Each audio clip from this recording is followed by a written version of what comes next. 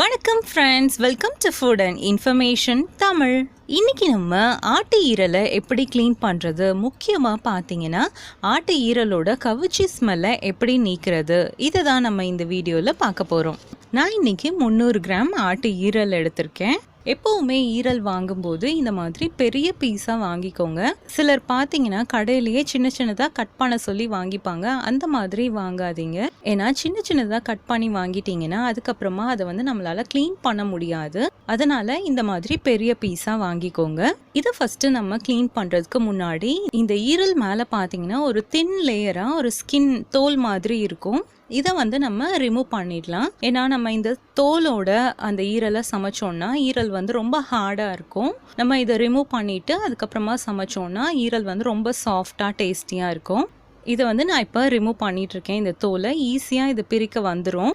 அடுத்ததாக இந்த ஈரலில் இங்கே பார்த்தீங்கன்னா இந்த மாதிரி ஒயிட் கலரில் இருக்கலாம். இதையும் நம்ம கட் பண்ணி எடுத்துடலாம். ஓகே, இப்போ பார்த்தீங்கன்னா இந்த ஈரல் மேலே இருந்த தோல்லாம் எடுத்தாச்சு. இதில் ஒரு 5 பல்லு பூண்டு நல்லா தட்டி இதில் சேர்த்துக்கலாம். கூடவே 1/2 டீஸ்பூன் மஞ்சத்தூள் இதில் சேர்த்துக்கோங்க. இந்த பூண்டும் மஞ்சத்தூளும் எல்லா இடத்துலையும் படுற மாதிரி நல்லா ஸ்ப்ரெட் பண்ணி விட்டுக்கோங்க. ஈரல் ரொம்ப ரொம்ப ஹெல்த்தியான ஒரு உணவு. நம்ம சிக்கன் மட்டனை விட இதில் தான் அதிக சத்துக்கள் இருக்குது. முக்கியமாக பார்த்தீங்கன்னா அதிக அளவில் iron, folic acid, vitamin A இதில் அதிகமாக இருக்குது. சிலருக்கு ரத்த சோகை இருக்கும். அவங்களாம் இந்த ஈரல் சாப்பிட்டாங்கன்னா அவங்களோட ஹீமோக்ளோபின் லெவல் இன்க்ரீஸ் ஆகும். இது குழந்தைங்களுக்கு ரொம்ப ரொம்ப நல்லது. ஆனால் நிறைய குழந்தைங்க இது அவ்வளவா விரும்பி சாப்பிட மாட்டாங்க. அதுக்கான முக்கிய காரணம்னு பார்த்தீங்கன்னா இதோட ஸ்மெல் சில குழந்தைங்களுக்கு பிடிக்காது. இந்த மெத்தடில் நீங்கள் இதை க்ளீன் பண்ணிங்கன்னா இதோட கவிச்சி ஸ்மெல் சுத்தமாக இருக்காது. ரொம்ப ரொம்ப டேஸ்ட்டாக இருக்கும். குழந்தைங்க விரும்பி சாப்பிடுவாங்க. ஓகே, இதை நல்லா ஸ்ப்ரெட் பண்ணி விட்டாச்சு. இது ஒரு 5 நிமிஷம் ஊறட்டும்.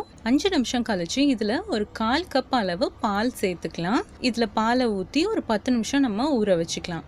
10 நிமிஷம் ஊறினதுக்கப்புறம் நம்ம இதை நார்மலாக தண்ணி ஊற்றி கழுவி எடுப்போம்ல, அந்த மாதிரி கழுவி க்ளீன் பண்ணி எடுத்துக்கலாம். இது பார்த்தீங்கன்னா நான் அதை கழுவி க்ளீன் பண்ணி குட்டி குட்டி பீசஸாக கட் பண்ணி வச்சுருக்கேன். இந்த மாதிரி எப்போவுமே ஈரலை சின்ன பீஸாக கட் பண்ணுங்கள்.